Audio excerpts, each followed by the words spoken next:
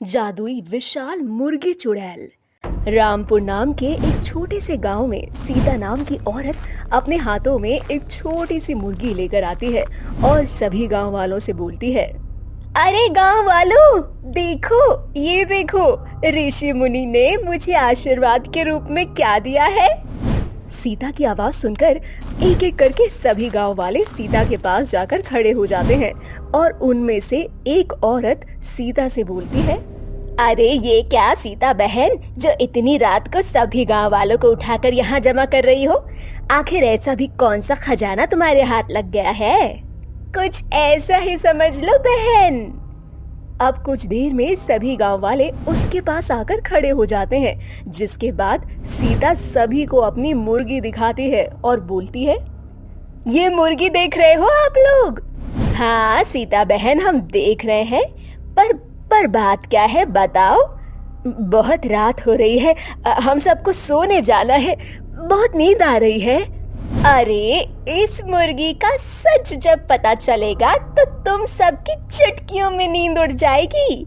अरे गांव वालों, ये मुर्गी कोई साधारण मुर्गी नहीं है, ये एक जादुई मुर्गी है, हाँ, जो समय गुजरने के साथ साथ बड़ी होती जाएगी, साथ ही हम सभी गांव वालों का भला भी करेगी।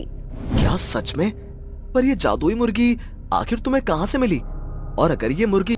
उस बूढ़े व्यक्ति की बात सुनकर चुड़ैल को गुस्सा आ जाता है और वो अपना विशाल रूप ले लेती है। उसके विशाल रूप लेते ही गांव के पेड़ पौधे के ऊपर बिजली टूटकर गिरने लगती है, जोर जोर से वर्षा होने लगती है, पशु पक्षी अपने आप तड़पने लगते हैं, चांद गायब हो जाता है। जिसके बाद चुड़ैल बूढ़े व्यक्ति से बोलती है, बुढ़े, जैसा मैं बोल रही हूँ वैसा ही कर, नहीं तो मैं तेरे साथ इस पूरे गांव को खत्म कर दूंगी। तुम जैसा बोलोगी हम सब गांव वाले वैसा ही करेंगे। अब मुर्गी फिर से पहले जैसी छोटी हो जाती है और सीता मुर्गी को अपने घर में ले जाती है, जहाँ सीता मुर्गी से बोलती है, ये तुमने सही नहीं किया चुड़ैल रानी, तुम्हें गांव वालों को सच्चाई बता देनी चाहिए थी कि ये गांव अब शापित हो चुका है और आने वाली पूर्णिमा की रात को ये गांव बंजर हो जाएगा। तुम यहाँ हम गांव वालों को बचाने के लिए आई हो, उस अघोरी बाबा से जिसने तुम्हें मारकर इस मुर्गी में कैद कर लिया है, और अब वो हमारे गांव वालों को मारने के लिए आ रहा है ताकि वो शक्तिशाली बन सके। सीता, मैं ये सच गांव वालों को नहीं बता सकती थी, इसीलिए मैंने ये सब किया। पर अब सभी गांव वाले तुमसे डरेंगे, तुमसे नफरत करेंगे और तुमसे दूर भागेंगे। मुझे ये सब मंजूर है, पर मैं इस गांव वालों को कुछ नहीं होने दूंगी। मैं एक जादूगरनी थी, मेरा काम ही था लोगों का भला करना। ये काम मैं मरने के बाद भी पूरा तो करूंगी ही करूंगी। और तुम्हें पता है, अगर मैं इस गांव वालों को बचा लेती हूँ तो मुझे मुक्ति मिल जाएगी और उस अघोरी को उसके किए की सजा।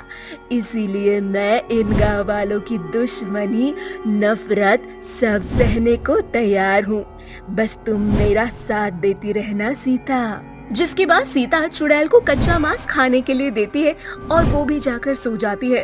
अगली सुबह होते ही सभी गांव वालों की समस्या खत्म हो जाती है। ये देखकर सभी गांव वाले बहुत खुश होते हैं, परंतु जब विशाल जादुई मुर्गी को देखते हैं तो बहुत ज्यादा डर जाते हैं। ऐसे ही समय बीतता जाता है और अब सभी गांव वाले जादुई विशाल मुर्गी से डरना बंद कर देते हैं और उसके साथ घुल मिल जाते हैं। ऐसे ही एक दिन सभी गांव वाले मुर्गी के साथ बातें कर रहे होते हैं कि तभी अचानक से जोरों से आंधी और तूफान चलने लगते हैं, जिसमें कुछ इंसान हवा में उड़ जाते हैं। ये देखकर चुड़ैल को समझ आ जाता है कि वो अघोरी इस गांव में गांव वालों की जान लेने के लिए आ गया है। जिसके बाद जादुई विशाल चुड़ैल मुर्गी बहुत बड़ी हो जाती है और अघोरी का सामना करती है। तो तू आखिर इस गांव में आ गया अघोरी, मुझे तेरा ही इंतजार था। आज होगी हम दोनों में बराबर की टक्कर। अब तू पिछली बार की तरह मुझे नहीं मार पाएगा, क्योंकि इस बार मेरे साथ पूरा गांव है और मेरे होते हुए तू इन गांव वालों का कुछ नहीं बिगाड़ सकता। मैंने तुझे पहले भी मारा था जादूगरनी, और एक बार मैं फिर तुझे मारूंगा, जिसके बाद मैं बहुत शक्तिशाली बन जाऊंगा। मेरे पास बहुत सारी शक्तियां होंगी। तेरा ये सपना सपना ही रह जाएगा अघोरी। जादुई मुर्गी अपने जादू से एक पक्का मकान बना देती है और सीता से बोलती है, सीता तुम सभी गांव वालों को उस घर में ले जाओ और याद रखना कोई भी उस घर से बाहर ना निकले, क्योंकि जब तक तुम गांव वाले उस घर में रहोगे तुम लोग सेफ रहोगे। पर हम तुम्हें अकेला छोड़कर नहीं जा सकते मुर्गी।